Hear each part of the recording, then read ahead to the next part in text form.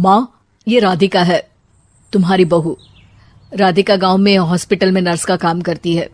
बस हम दोनों में दोस्ती हो गई और हमने शादी कर ली। राधिका, माँ के पैर छू। अरे चल हट, नालायक।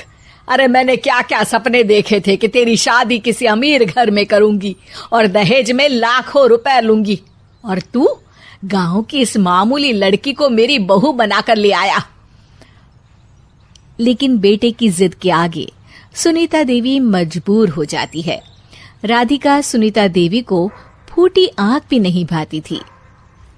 तुम चिंता मत करो भाग्यवान, हम दोनों मिलकर अपनी बहू को इतना सताएंगे कि वो हमसे तंग आकर ये घर छोड़कर चली जाएगी। फिर हम अपने बेटे की शादी किसी बड़े सेठ की बेटी से कर देंगे, ठीक है? अगले दिन सुनीता देवी अपने बेटे का कमरा साफ कर रही होती है। तभी बहू के सामान में उसे एक बड़ी बड़ी मूंछों वाले आदमी की तस्वीर दिखाई देती है और उसके कंधे पर एक बड़ी सी बंदूक टंगी होती है। तस्वीर के नीचे लिखा होता है डाकू मंगल सिंह। ये किसकी तस्वीर है बहू? ये मेरे पिताजी की तस्वीर है। बस फिर क्या था। ये सुनते ही सुनीता देवी के हाथ पैर कांपने लगते हैं। वो भागती हुई सीधा अपने पति के कमरे में जाती है। अरे गजब हो गया जी, गजब। अरे क्या हो गया भाग्यवान? हमारी बहू एक मशहूर डाकू मंगल सिंह की बेटी है। हे भगवान, अब क्या होगा? क्या कहा? डाकू मंगल सिंह? अरे मर गए रे। सुना है वो तो बड़ा ही खतरनाक डाकू है, मारता ज्यादा है गिनता कम है। लोग पुलिस वाले भी उसके नाम से कांपते हैं। अरे सुना है वो तो हर हफ्ते 2-4 लोगों का ऊपर का टिकट कटवा ही देता है। हे भगवान, अब हम क्या करेंगे? ये हमारे नालायक बेटे ने कैसी मुसीबत हमारे गले बांध दी।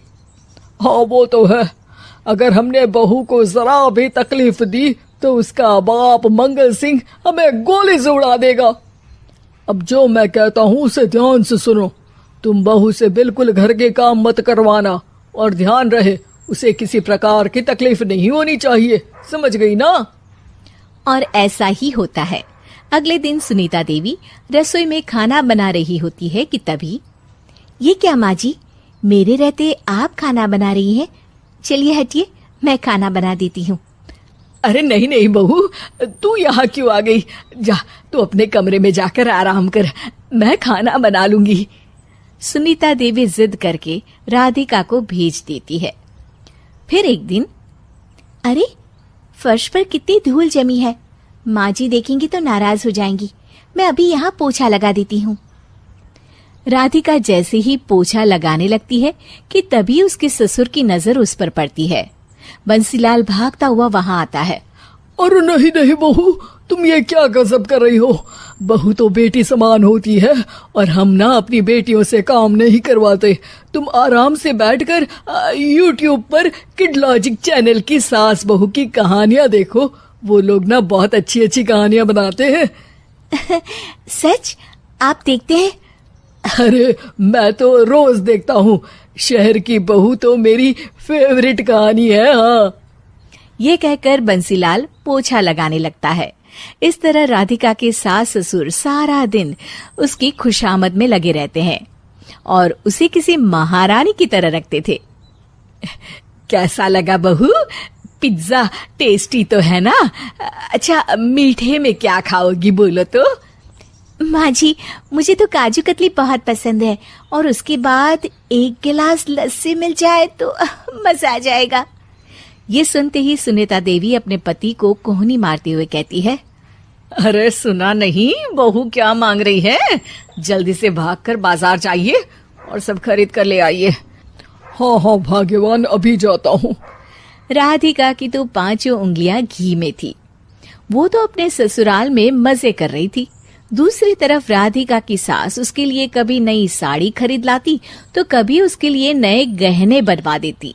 फिर एक दिन डाकू मंगल सिंह अपनी बेटी राधिका से मिलने अपने आदमियों के साथ आता है। उन सबको देखते ही राधिका के सास ससुर डर के मारे कांपने लगते हैं।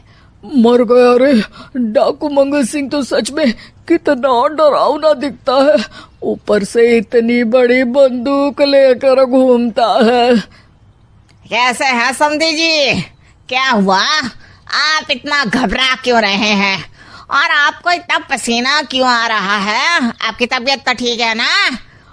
जी अभी तक तो ठीक है, पर लगता है बहुत जल्द खराब होने वाली है। क्या कहा आपने? जी जी कुछ नहीं, बताइए बताइए कैसे आना हुआ।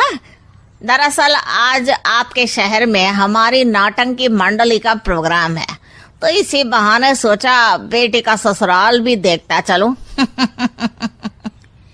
ये सुनते ही राधिका के सास ससुर हैरान हो जाते हैं।